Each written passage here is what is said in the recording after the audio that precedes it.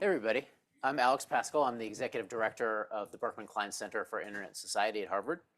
I'm delighted to be here, and I'm so delighted that all of you are here together. This is a full house. We're really packed for our kickoff event of the fall speaker series, and so delighted that everybody's joining us online as well. BKC is an institution that prides itself on interdisciplinary inquiry into the intersection of digital technology and society. We're a place that prides ourselves on out-of-the-box thinking and new perspectives on old questions and challenges. And that's why it's such a privilege to kick off the fall speaker series by hosting Blaise Agüera y Arcas. Blaise is a vice president and fellow at Google Research, as well as Google's CTO of Technology and Society. He founded and leads Paradigms of Intelligence, PI, an organization founded on focused on basic research into AI, particularly into the foundations of neural computing, active inference, evolution, and sociality. Among other notable innovations, Blaise is the inventor of federated learning, an approach to training neural networks in a distributed setting that avoids sharing user data. He also founded the Artists in Machine Intelligence program and has been a thought leader with respect to AI and ethics, fairness and bias, creativity, and risk. Prior to joining Google, Blaise was a distinguished engineer at Microsoft and has worked on a number of computational humanities projects.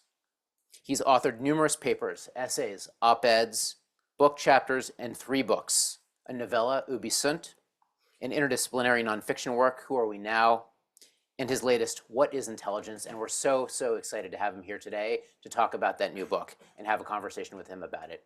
Blaise, welcome. It's so great to have you here. Thank you.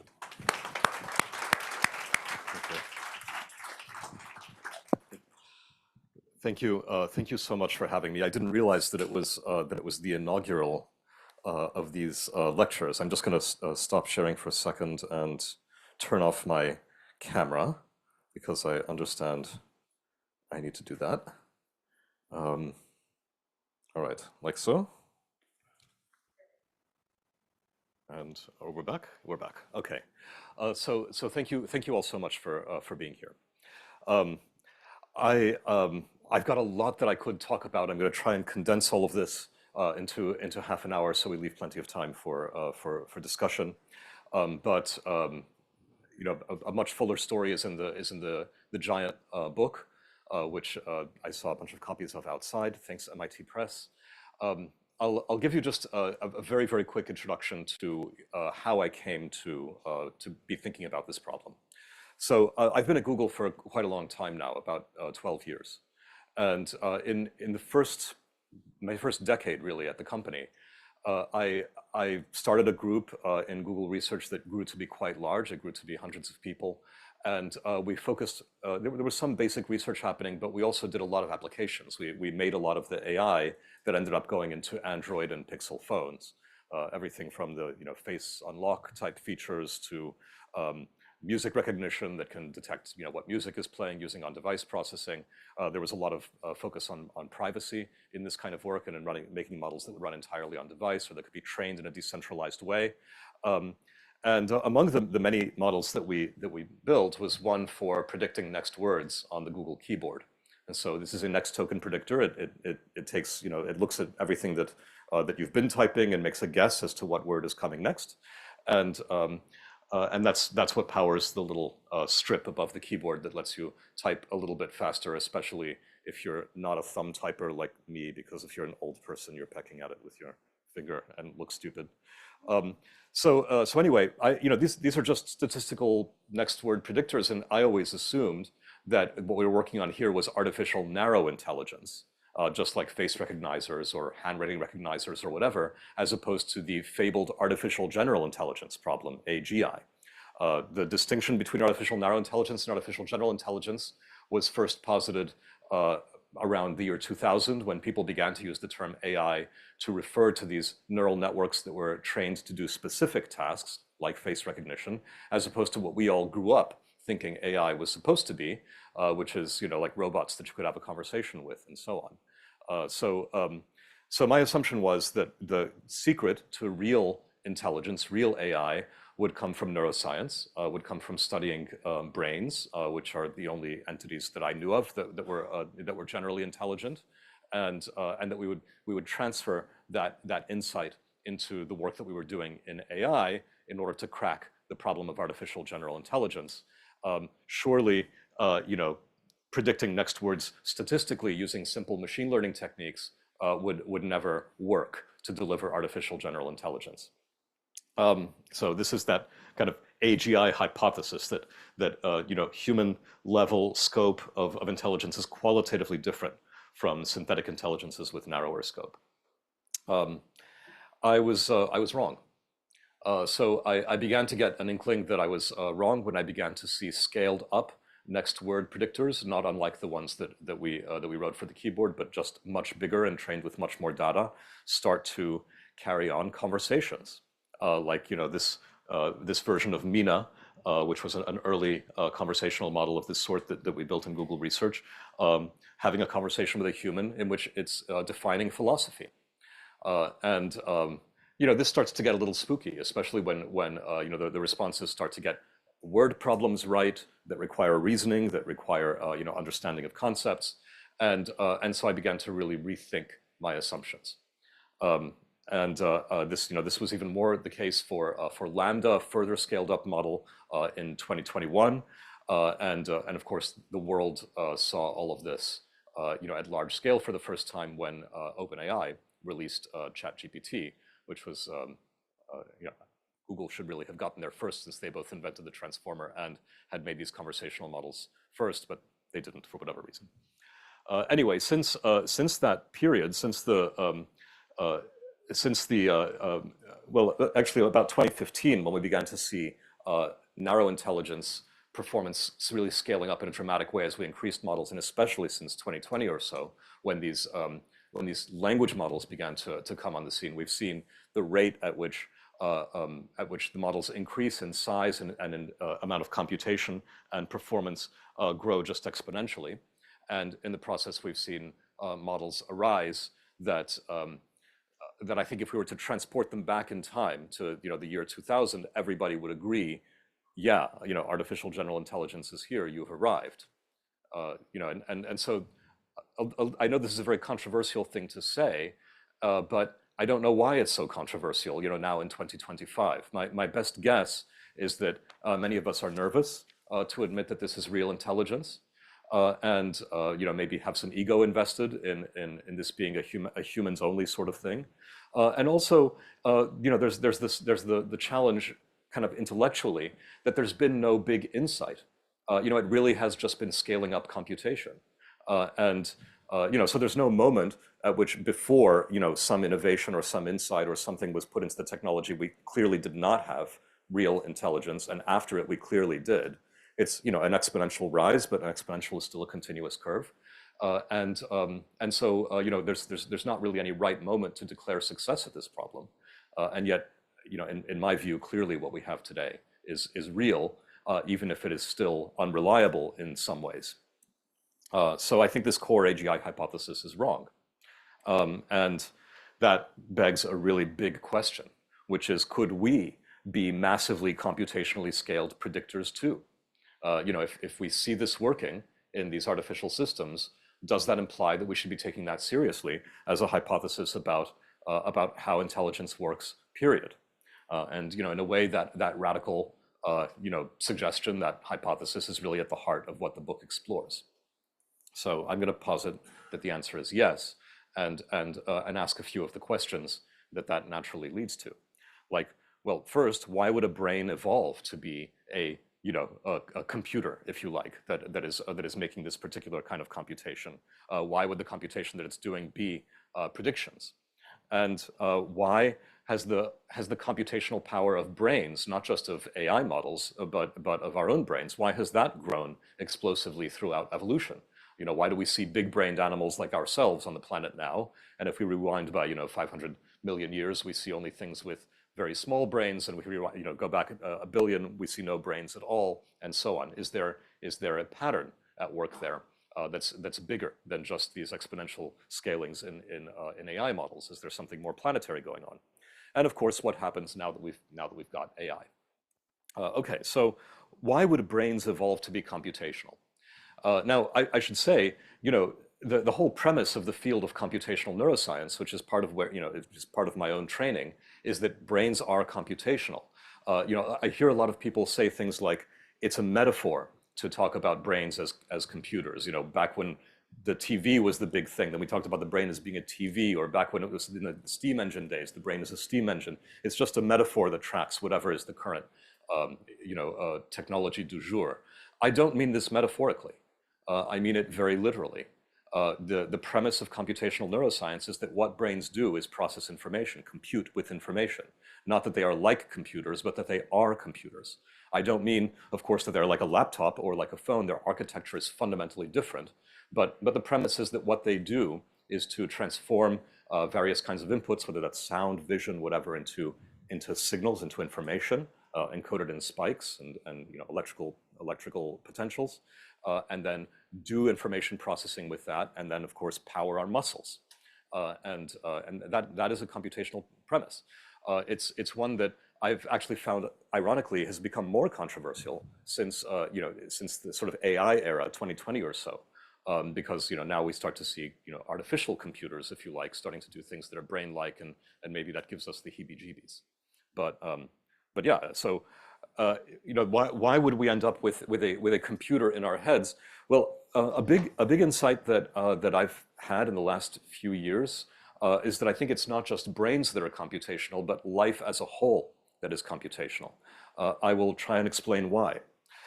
This is actually not a new insight. It's an insight that dates back to the mid-20th century, to the founders of computer science, Alan Turing, John von Neumann, both of whom had a very keen interest, especially late in their lives, in biology. And in particular, they were thinking about the problem of what makes biological matter different from non-biological matter. In the old days, in the 19th century, there was this idea that living things have a élan vital, or a vital spirit that drives them, that animates them. And that's what's different, between our bodies and maybe the bodies of animals and a rock. A rock is just matter, and a living body is perhaps made of matter, but is also animated by a soul. And of course, when we began to figure out that the basic rules of physics and chemistry that govern the interactions of our atoms and molecules are the same physics that animate atoms and molecules everywhere, this idea of soul or élan vital went way out of fashion. And we entered an era of strict materialism. No, it's just physics and chemistry. That's true, but it leaves a giant question, which is, if it's just physics and chemistry, then what makes life different from a rock? So what I'm going to posit for you is that what makes it different is function.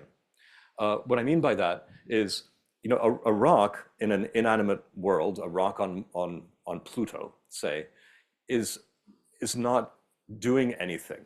If I break it in half, it's not a rock that is now broken or non-functional. It's just two rocks, and that's very different if you're talking about, say, an organ in your body, right? An organ in your body is doing something. It's serving a function in relationship with all the other organs of your body, and if it's damaged, it stops doing that function, and actually the whole organism may fall apart as a result. There's, everything is depending on everything else. There's an ecological relationship among all of those parts. They're all serving functions for each other. That's the difference. I'll give you an example of what I mean. So suppose that I come back for you from the future, and I'm holding this cool metallic thing. It's filled with carbon nanotubes and who knows what. And you say, what the hell is that thing? And I tell you, it's an artificial kidney. If you implant this in your body, it has a 100-year lifespan, and it will filter the urea from your blood just like your kidney does. That's cool. This is an objective statement. It's something that can be verified. If you have kidney failure, if I implant it, you'll survive. And if I don't, you won't. But it's not somehow immanent in the atoms of that object. It's not like the atoms tell you I am a kidney. It's rather it's a function that only makes sense in an ecological setting, as it were, if it's inside your body and in relationship with all the other parts of your body that are supplying it with blood and everything else. So that's what function is. Now, when Alan Turing formulated the Turing machine, he really was talking about function. He made a theory of function. This is, in a way, a unification of function in the way I was just describing it, and the mathematical idea of function. Remember, Turing and von Neumann are both mathematicians.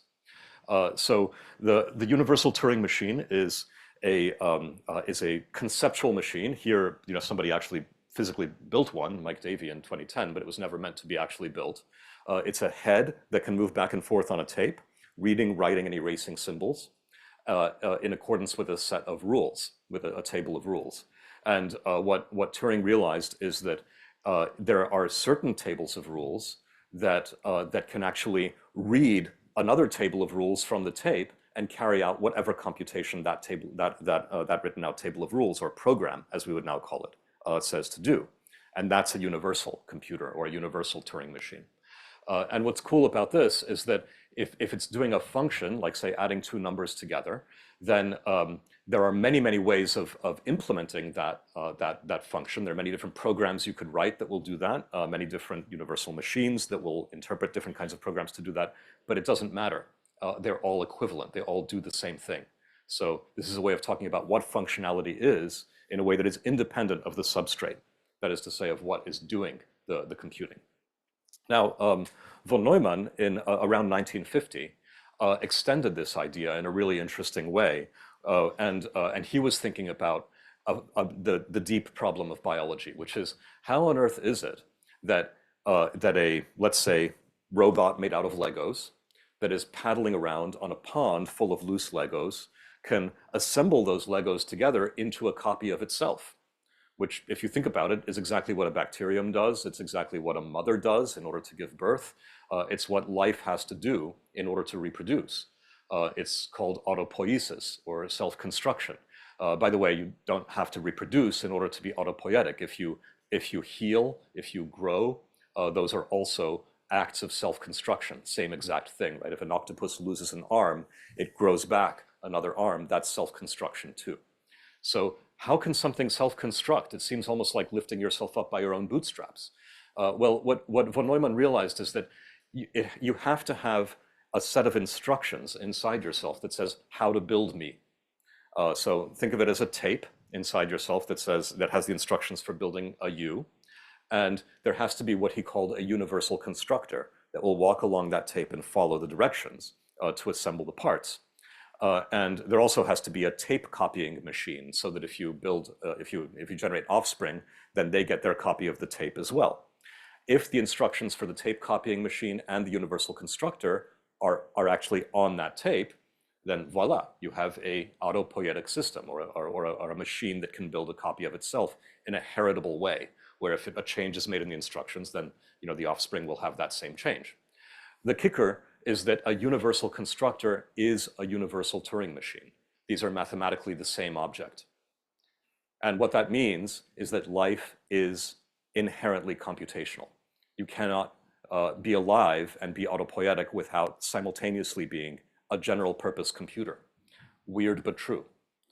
Now, there is a critical difference between von Neumann's idea about computation and Turing's, which is that in Turing's case, the head and the tape are not made out of the same stuff as the symbols that are written on the tape.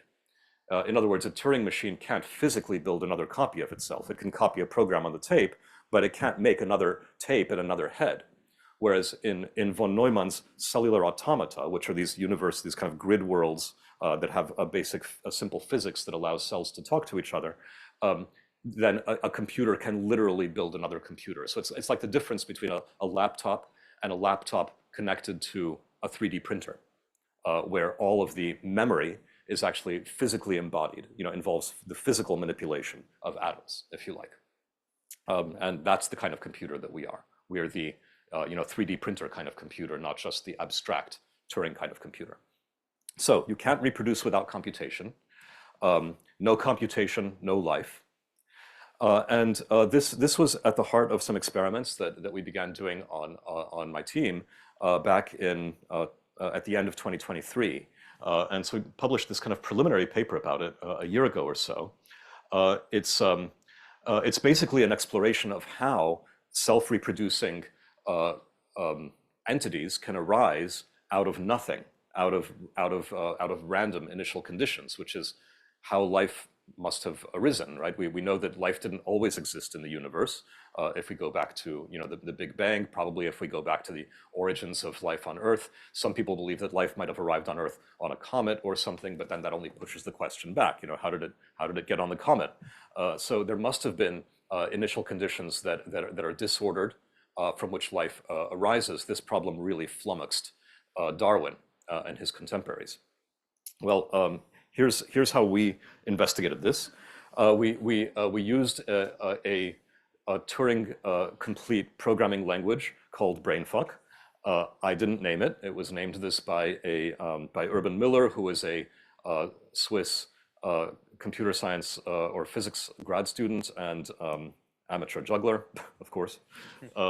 And the reason that I picked Brainfuck to work in wasn't just because I really wanted to one day get up in front of an audience and say Brainfuck over and over, although that is definitely a part of the motivation, but also because it's modeled on a Turing machine, and it's very minimal. This programming language has only 8 instructions, so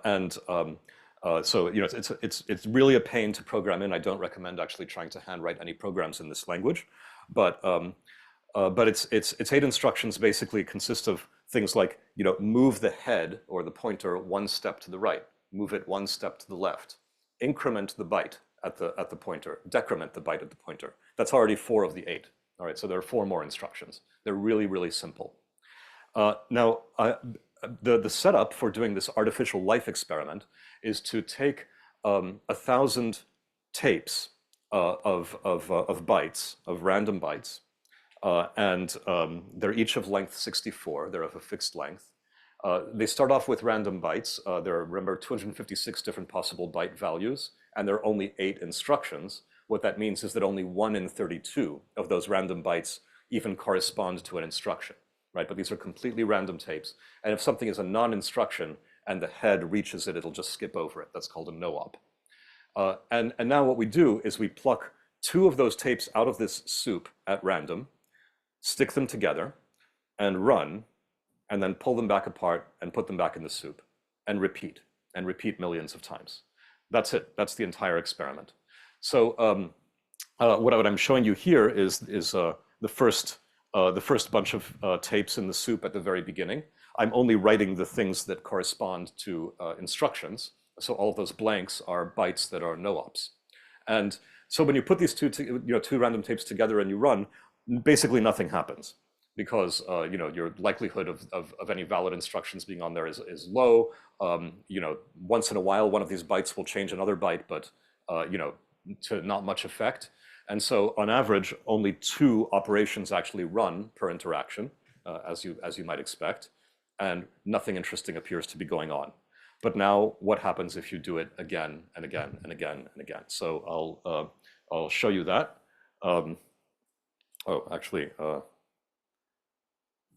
Right, this is an attempted video, but it's going to be a little bit low frame rate on the Zoom. So luckily, Brainfuck is so simple, you can run it really fast on a laptop. And something really bizarre happens after a few million interactions, which is that you see things change from just random bytes to complex programs appearing on these tapes. It is weird, right? You start off with nothing, with randomness, and you end up with these complex programs. What are the programs doing? They are reproducing. To first order, it's easy to understand why these programs are, why reproducing programs are a good thing to happen, if you like.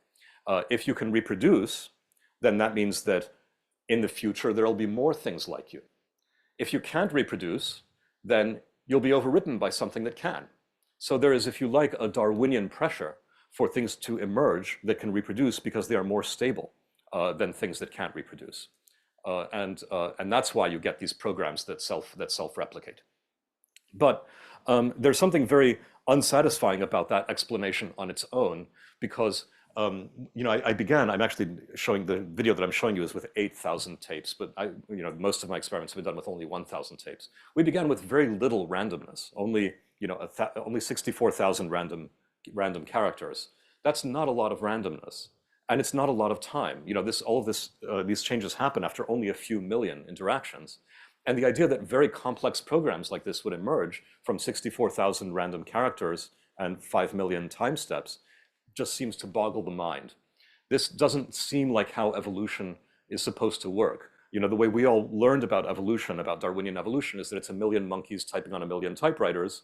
And, you know, if you give them long enough, Shakespeare will come out. You know, you're not gonna get Shakespeare, you know, in 5 million steps from 64,000 you know, random characters. There just doesn't seem to be enough noise, enough time for something really complex like this to arise. So how does it come to be?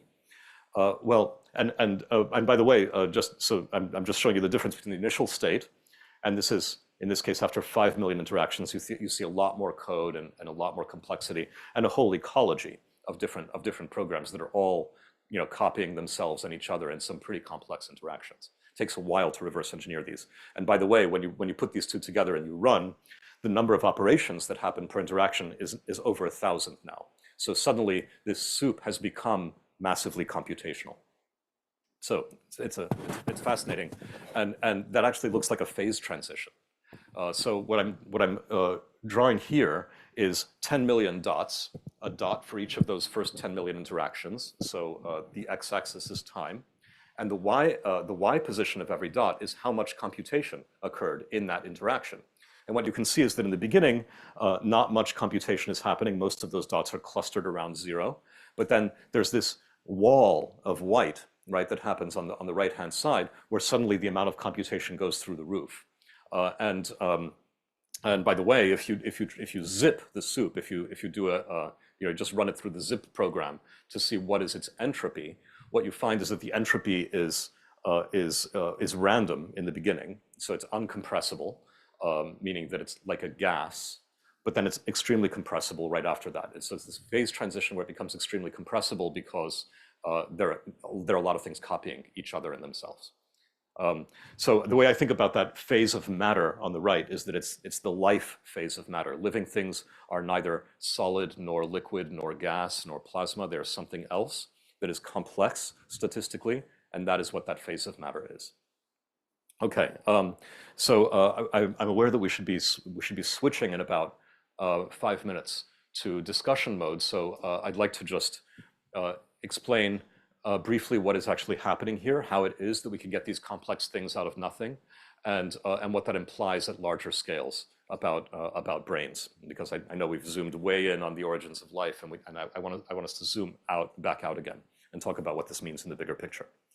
All right, so it looks like pretty much any universe that has a source of randomness and can support computation will evolve life, but we don't see how these really complex programs emerge, you know, in such a short time.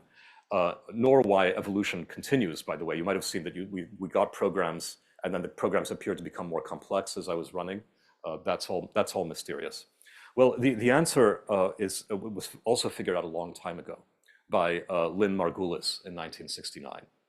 So she introduced the concept of symbiogenesis in this famous paper from actually it was 1966, not 69. Sorry. This is the paper in which she really showed that the mitochondrion inside our cells was originally a free swimming bacterium, and so eukaryotic cells emerged from a merger between mitochondria and a larger cell, a larger prokaryotic cell, archaea, as we now know, and that's what gave rise to eukaryotes. And her larger theory of symbiogenesis, as she called it, is that these mergers between organisms were really important in evolutionary history. So she managed to convince biologists about mitochondria and also chloroplasts and a couple of other such organelles. But by the time of her death in 2011, you know, her larger thesis that symbiogenesis is a big force in evolution was still very much not mainstream, and it's still not now. But I've come to believe that symbiogenesis is absolutely the engine behind evolution. In other words, Darwin only had half the story. He had the random mutation and selection part, which is competitive, but he didn't have this part where things come together to make something larger than themselves, and that is the creative engine behind evolution. Why do I think this? Well, because symbiogenesis is exactly what's happening in BFF, in the system that I just showed you. Basically, when you look in detail at everything that is copying itself in the soup, starting from the very beginning, what you notice is that there are things copying themselves right from the start, but they're very small and very weak. So in the beginning, it might just be a single byte that copies itself from one place to another on the tape. Nothing much happening, but it's something. And once in a while, when those bytes come together and they can copy themselves as a pair better than they can copy themselves individually, then the pairs start copying themselves.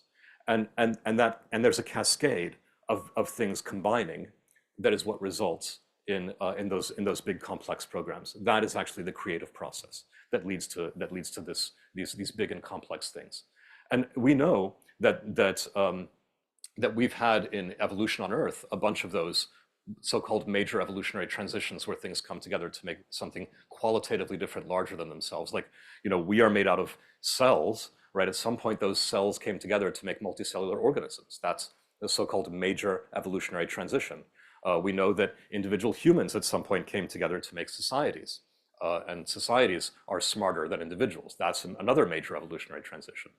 We know that insects like bees and wasps, which used to be solitary, came together to form hives. That was also a major evolutionary transition. These biologists, Yor Sathmari and John Maynard Smith, identified 8 originally of those major evolutionary transitions in 1995. They've since added another few. But I think that this is just the tip of the iceberg. And in fact, when you start looking in more closely and more detail at genomes, you start to see that symbiogenesis, that is to say the incorporation of one living thing into another, is way more common than just these major transitions. And just to give you some illustration of that, this is our own genome as sequenced by Lander and co. In 2001. The big surprise in our own genome is that only 1.5% actually codes for the proteins that make us up. The rest of it, is so-called junk DNA. Now, we know that a lot of it is not really junk. It's involved in gene regulation and so on. But a huge amount of it, a shocking amount of it, is actually viruses. So, LTR retrotransposons, DNA transposons, lines and signs, all of this stuff is actually bits of viral code that copy themselves both within DNA and across organisms. And we know that some of that, and we've started to realize, just in recent years, that some of that viral code ends up being really important to how we work. So for instance, there's a virus related to respiratory syncytial virus that ended up changing the structure of the placenta and fusing cells together to make the mammalian placenta. We know that there is a virus called ARC that still lives in our brains, and if you knock it out in mice, they stop being able to form new memories.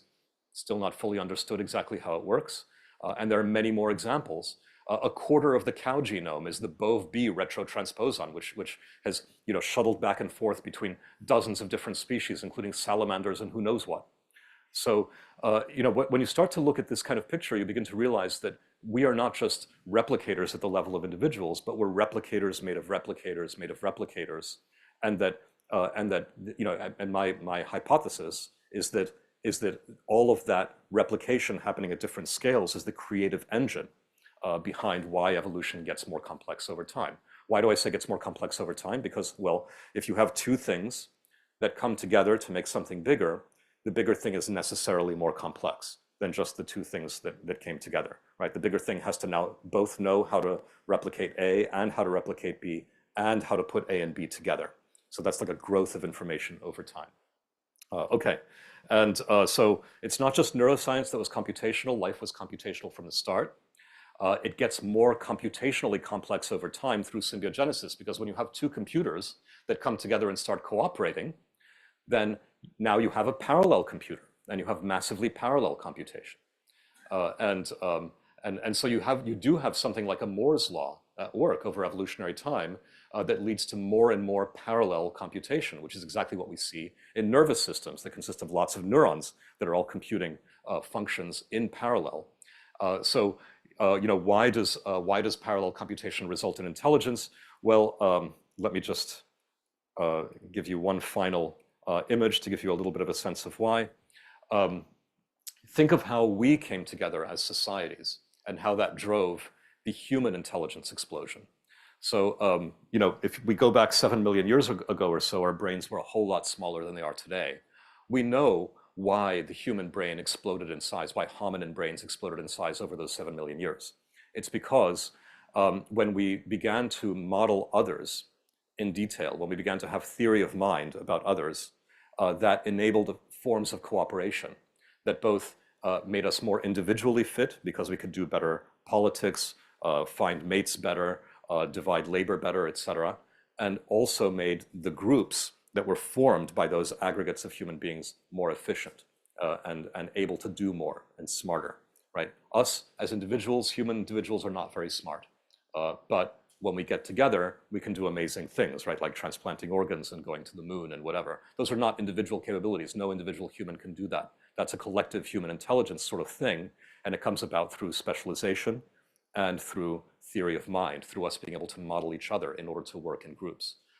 I think that that is the process that has been happening all the way down, right? Down to the level of single cells, even in some sense down to the level of the molecules that came together to make those cells. So that's the hypothesis behind the book, and maybe that's a good moment for us to switch into discussion mode. Right.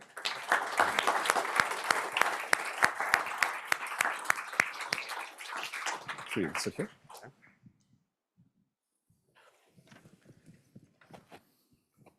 Blaise, thank you so much for that.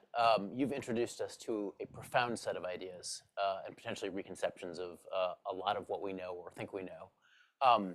So I have hopefully a profound set of questions for you to take that a little bit further. I'd like to start out by, and you may not have gotten there in the talk, but maybe this is an opportunity for you to take it a little bit further. What do you think are the practical and the moral implications of your insight for us? Yeah. Well, there is definitely a policy angle to this, and that really comes about. We've been working a lot on multi-agent reinforcement learning in recent months, and this is connected with game theory and things that the Rand Corporation was very involved in in the 20th century.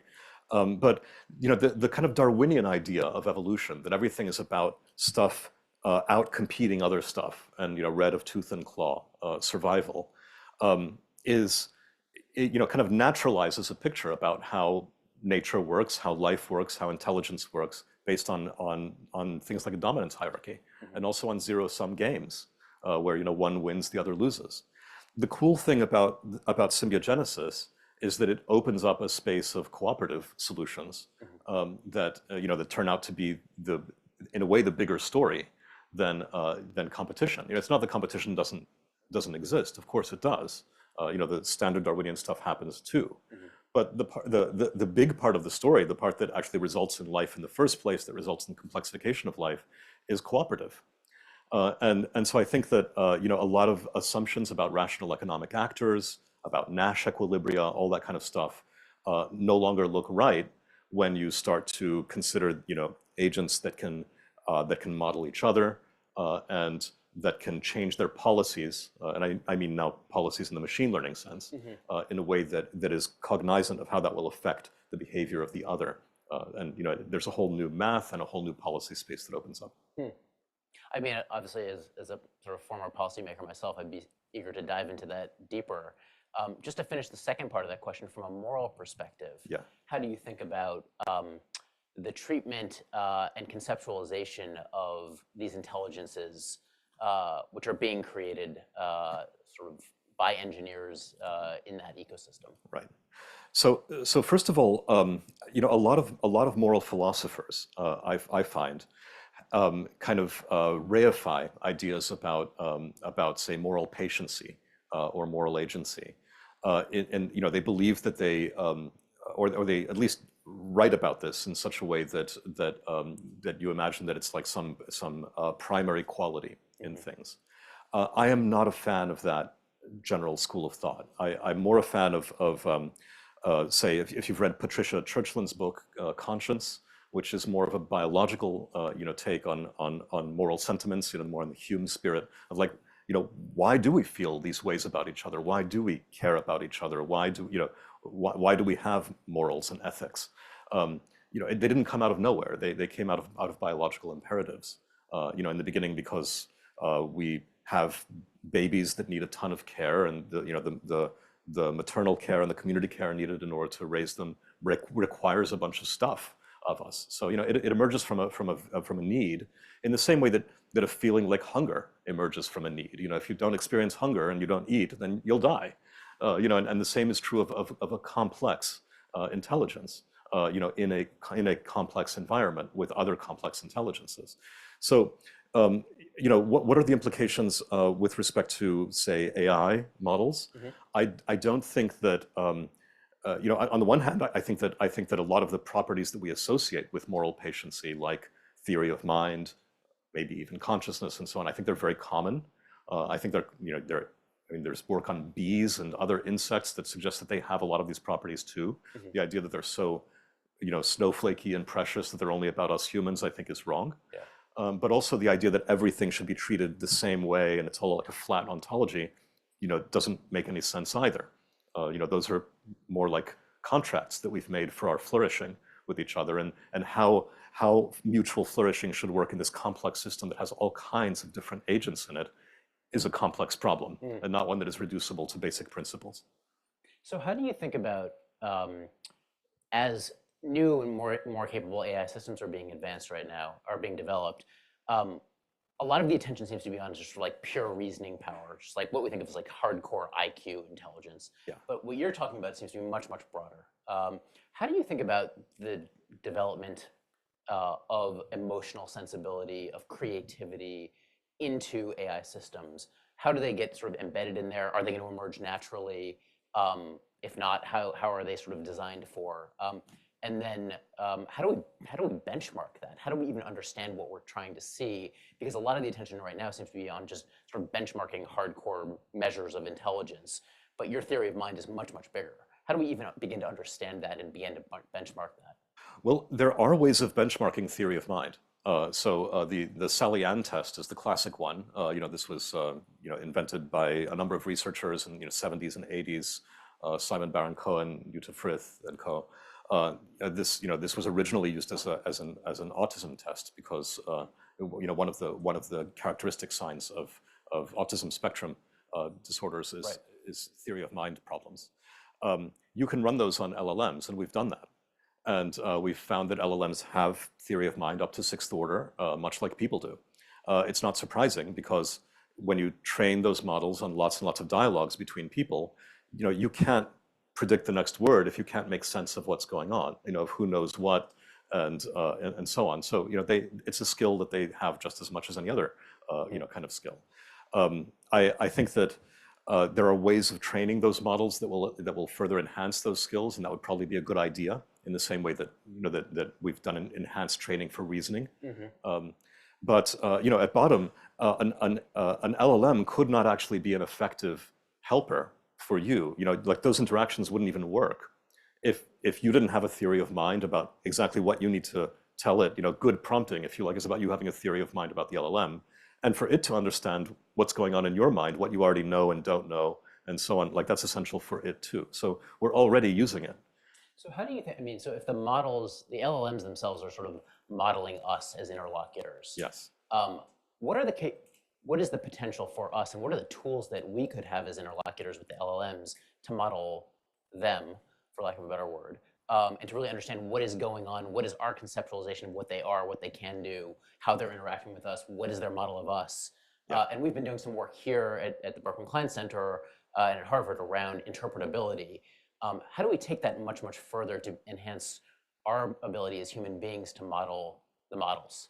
So the kind of interpretability, mechanistic interpretability, and doing neuroscience on models, I think, is a really, really fruitful direction. And one can do neuroscience on models that are impossible to do with physical brains, right? Because you can instrument everything and run things over and over and so on. So those interpretability exercises are really valuable and can actually, I think, can teach us a lot about brains as well. We find a lot of common structures that emerge from training. And things like brain score, for instance, are measures of similarities between structures that emerge in the models that we see and we see emerging in our brains too. even the fact that cortex is very, very highly general in the sense that you can, rewire, say, the optic nerve to the auditory cortex of a baby ferret and get something like a visual cortex in where it's supposed to be. That tells you that there's a generality to what's going on. Same is true of transformers and so on, which is why you see parallel structures emerge. So that's all really interesting. On a more practical level, Ethan Mollick wrote a book called Co-Intelligence, a couple of years ago that I thought was pretty good. This is like a MBA type advice, about how to use LLMs. But what I found so interesting about it is that, he starts off by saying, of course, they're not real, they don't think, they're not people, etc. But I'm going to take the scare quotes off, for the rest of the book, because you'll have a much better time, like collaborating with them if you use your theory of mind, essentially. And so I thought that was very telling, right? That it's only by imputing theory of mind that you're even able to work effectively with them. Interesting. So to kind of like jump back to like the who and the how these models are being designed. So what you've just described over the last half hour plus is a sort of evolutionary experience of like intelligence and sort of the computational intelligence has sort of become more and more complex over millions and billions of years for evolutionary imperatives, sometimes randomness, but also for evolutionary imperatives, survival.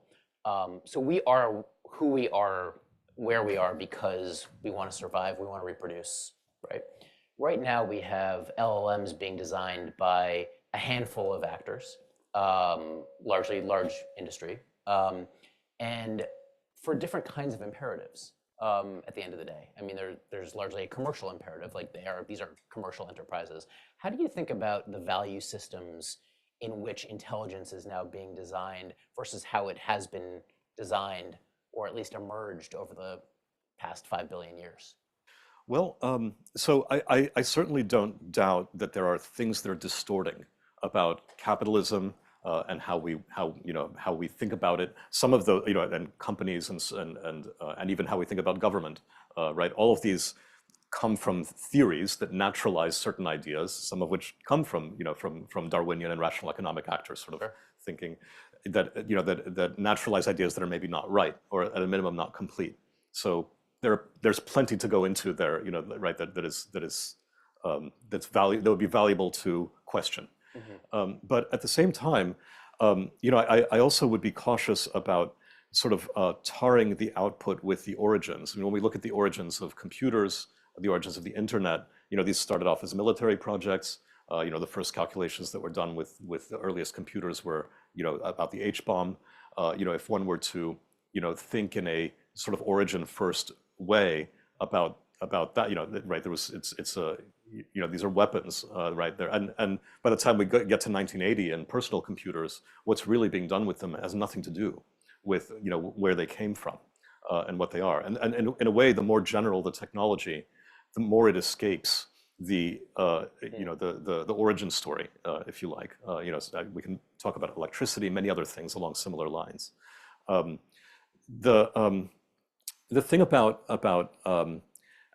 all of these systems is that is that somebody has to care enough about everything to keep it around, and everything co-constructs everything else. So I've been thinking a lot about the 19th century and the Industrial Revolution in this light as well. We think a lot about machines as being separate from us, and also we're the ones who build machines, not the other way around. Machines don't build us. But I think that's wrong. That's wrong. When in let's say 1800, the human population was about 1 billion, as far as I remember, and it's now nearly 10 times that much. And the reason it's 10 times as much is because of internal combustion. We started to externally metabolize in this way, and when I say we, I mean humanity, including those machines. The machines, by the way, mostly make themselves at this point. We made the machines once upon a time that have made the machines that make the machines that in turn make us. So it's like this whole ecological loop. And I'm inclined to zoom out to think a little bit more holistically about what humanity really is now. When I think of what we should be talking about when we talk about humanity, it is the wheat, the cows, the computers, the dams, the trucks, the people. System. It's the whole thing. Yeah. Right. Is it good? Yeah. Why? I think it is good because it's more interesting than what was there before. Is interesting good? Well, I mean, you're asking me an aesthetic question. Sure, very true. You know, Very true. I think that But I guess I ask it in the sense that we, at least notionally, have agency over the decision yeah, to pursue this course. yes. And so my question originates from a place of like, should we be pursuing the course? Why is it good? Is it not good? If not good, should we be doing it? So what makes this so tricky is that this large-scale evolutionary process that I've been describing is one where identity changes over time. You know, what we is changes, and that's okay. Like that's a part of that's why we exist, for whatever value of we today. Does that mean that we, for whatever value of we, don't care about us as we are now persisting? No, of course we care about. I mean, that's the survival imperative. Right. So there's an internal tension there, you know, of on the one hand, you know, wanting to exist as we are now as a consequence of everything that has come to pass, but also not wanting anything else to change in the future. And those, I think those two things are not necessarily compatible with each other. I think that's probably right. That's probably right. Probably deserves a deeper discussion about where we want to go. Right. And so my last question, then I'll open it up to the audience. For the designers of the systems right now, whether they're in big industry or on a laptop, what kinds of responsibility and accountability should those who are designing these systems, building, deploying these systems have, based on the questions that came before? Well, And to whom? yeah, I mean, it's a great question, and I'm not sure that I have, you know, clever answers than I imagine you've spent a lot of time at the Berkman Klein discussing. So I'm a little hesitant to weigh in. As a builder, though, how would you think about it? The way I think about it is that there are a few things that seem like obviously good ideas, such as transparency about outputs from you know, from AI models, about, you know, things like you know, if a system prompt has a bunch of stuff in it that is, you know, right, that is ideological specific with respect to, you know, what that model does, it would be good for that to be transparent, for that to be visible to the to somebody who's interacting with that model. You know, various forms of deception, including non-transparency of systems prompts, you know, feels to me like a problem. But I also think that, you know, there's a big race in the, you know, at the moment to sort of think about what all the regulations are in a precautionary principle sort of way in advance of actually seeing how this stuff really is playing out. And I'm reminded of the much more modest efforts at regulation of the internet that we attempted in the 1990s, which I don't think went very well. And partly it was because of a lack of imagination. You know, we made certain rules that had radically unintended consequences back then. We were slow. You know, we didn't regulate certain things that probably should have been regulated, and that would result in maybe a better social media landscape today, for instance. And we did regulate other things that, you know, that didn't have the intended consequences for the people making those rules. So I guess, you know, at a meta level, I would advocate less attempts at precautionary principle and more nimbleness and responsiveness and curiosity about what is happening, and maybe also more experiments. You know, so that we're able to try various things in parallel and see what works, what doesn't. Fantastic. Thank you so much. All right, let's go to the audience. Jay-Z. Hi there. Casey, Mike. Long-time customer, first-time caller. Thank you. Thanks so much for all of these thoughts. Am I right in inferring from what you're saying that you're figuring getting to this ineffable, undescribable place of intelligence that we see in one another may not be as hard as it seems from an engineering perspective, given what you're describing, even if we can't make a whole lot of sense out of the results once it's done? And second, if so, what are the implications of that? Just great to put that on the table. And second, where does sentience come in, if at all? Yeah. Is that a totally, to use that terrible word, orthogonal thing to intelligence? Yeah, I don't think And it if is. so, what would even the metric be to measure that? Yeah, those are both great questions. So, I mean, first of all, with respect to the, like, you know, is it easier to build it than to understand it? In a sense, yes. You know, I think, you know, there are times, my colleague Benjamin Bratton talks about times in which theory is ahead of practice. You know, like when, you know, Einstein figured out relativity before we, you know, we could actually observe a lot of its effects in the universe. You know, now we have gravity waves and so on, right? In the century after, you know, he first started thinking about this stuff. And then there are times when practice is ahead of theory, as happened in the 19th century when, you know, Boltzmann didn't come up with a complete theory of thermodynamics until well after we had steam engines. And I think we're in that kind of period now. On the other hand, it's not like these systems are inherently opaque. You know, on the contrary, like again, we can do you know neuroscience on models that are impossible to do in real life, and we're learning at a tremendous rate. So I'm not pessimistic about our ability to understand you know everything that is going on. I just think you know we're at a moment when we're able to make things in advance of having the full theoretical understanding. But you know we've obviously had things around us for a long time that far exceed our theoretical understanding, i.e. each other. You know, and we should also consider that the level of description that is appropriate for different kinds of interactions varies. You know, if I want to predict you, then psychology is the right level of description, not what your neurons or what the electrons in your brain are doing. But as to the sentience question, I mean, this is a hard one because, of course, you know, our ability to understand what is going on in somebody or something else's head is only as good as our theory of mind.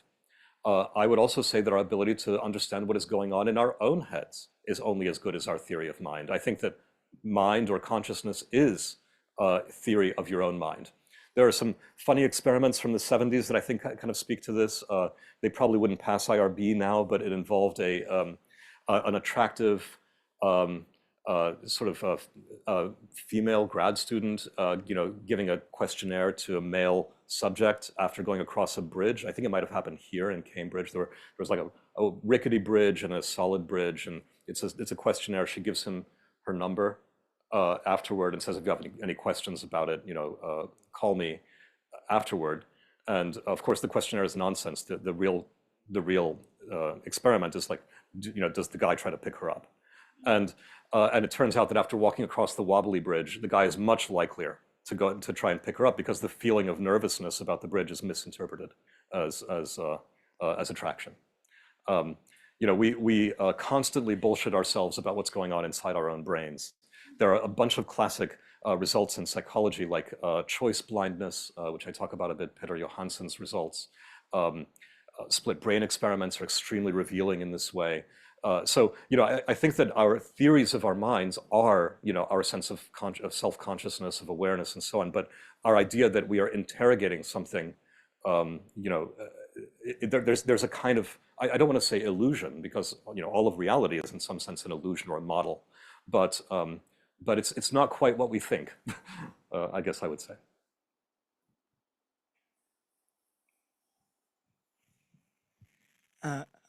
Do you see the advent of AI or our ability to transfer intelligence horizontally, not through self-replication, as a step in the same trajectory of the symbiogenesis, like you described with the mitochondria or with parallel humans cooperating? And if so, what does that look like for us with AI? Are we going to be swallowed by it like mitochondria was swallowed by celled beings? Or does it look more like cooperation? Or is this an entire different thing that we don't really know to imagine now? I mean, our idea about so I mean, it's in a way unfortunate that the mitochondria inside archaea is the example of symbiogenesis, partly because we have a kind of, you know, we feel for the poor little mitochondria that got swallowed up by the archaea. I don't think that's a, I think there's a lot of projection going on when we think about things that way. You know, the reality is there are more bacteria, you know, after that symbiogenetic transition by far, and a greater variety of bacteria living in a greater variety of environments than there ever were before that. You know, including not only bacteria living inside other bacteria, which is essentially what, you know, what eukaryotes are, but also living inside the guts of animals that consist of many cells, which themselves consist of bacteria living inside bacteria, and so on. Right? You've probably heard there are like 10 times more bacteria in your body than eukaryotic cells.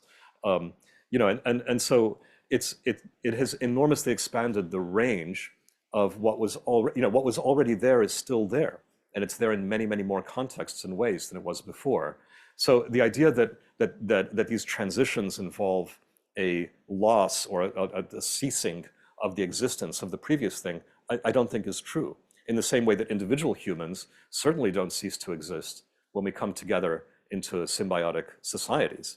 In many ways, our freedoms and our potentials and our possibilities as individuals are greater in the context of a larger society than they would be, if we were, still hunter-gatherers.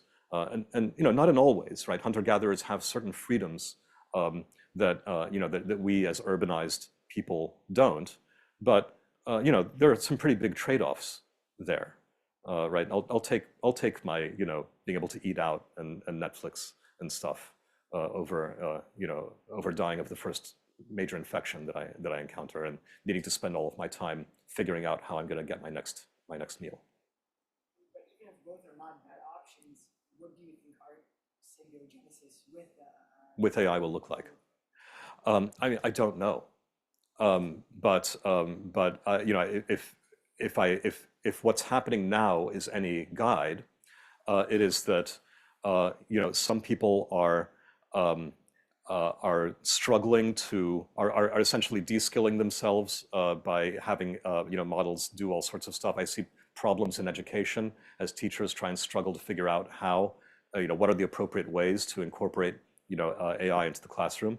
I also see people who are suddenly like have jetpacks on and are doing incredible things. I hope there are a bunch in this room. I mean, this has certainly been my experience. Like my ability to code complex stuff, to do large research projects, feels turbocharged in a way that it's kind of amazing.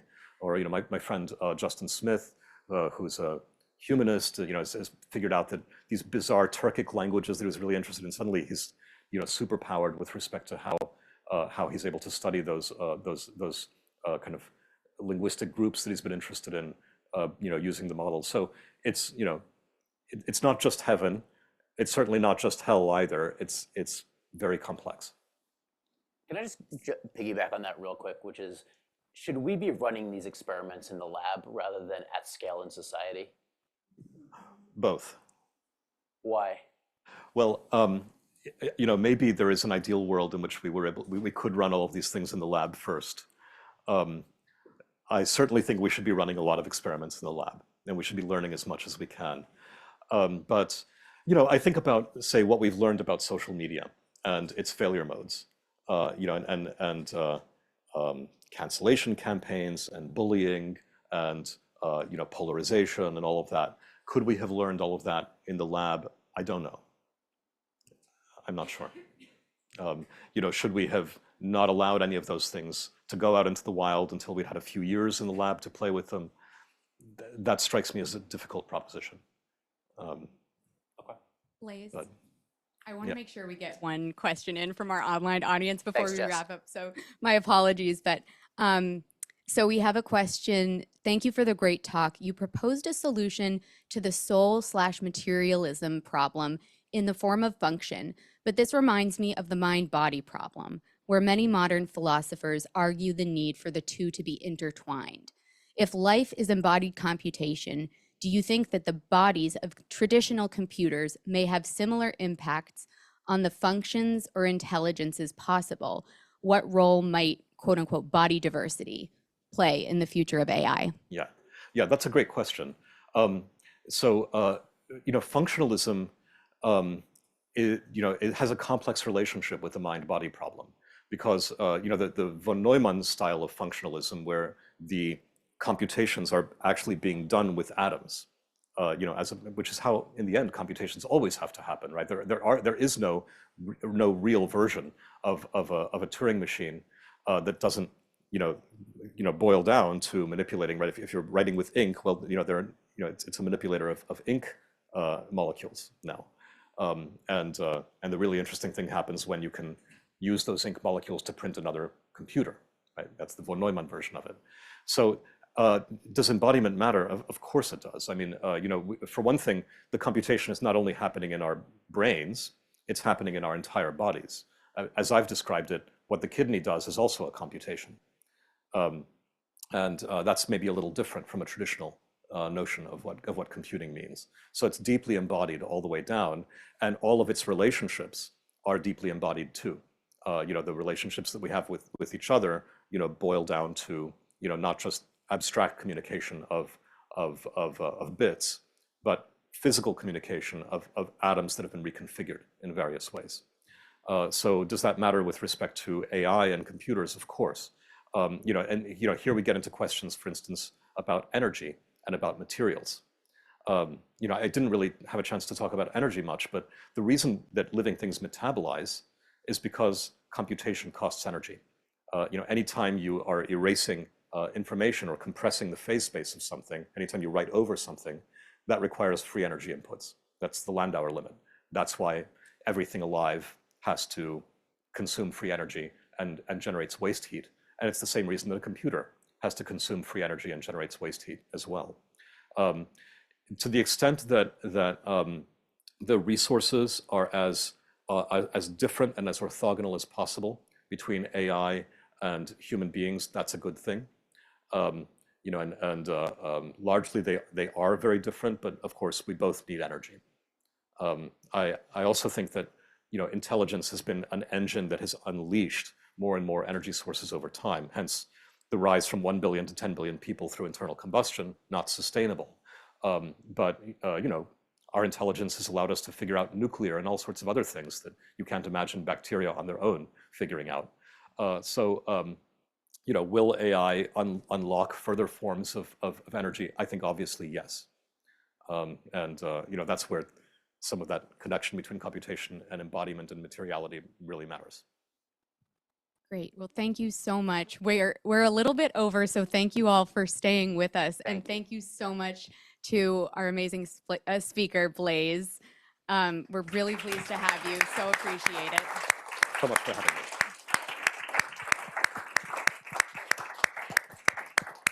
This was fantastic. And please come back to future BKC events. This was really fun. This is. You changed my mind. Oh, thank you.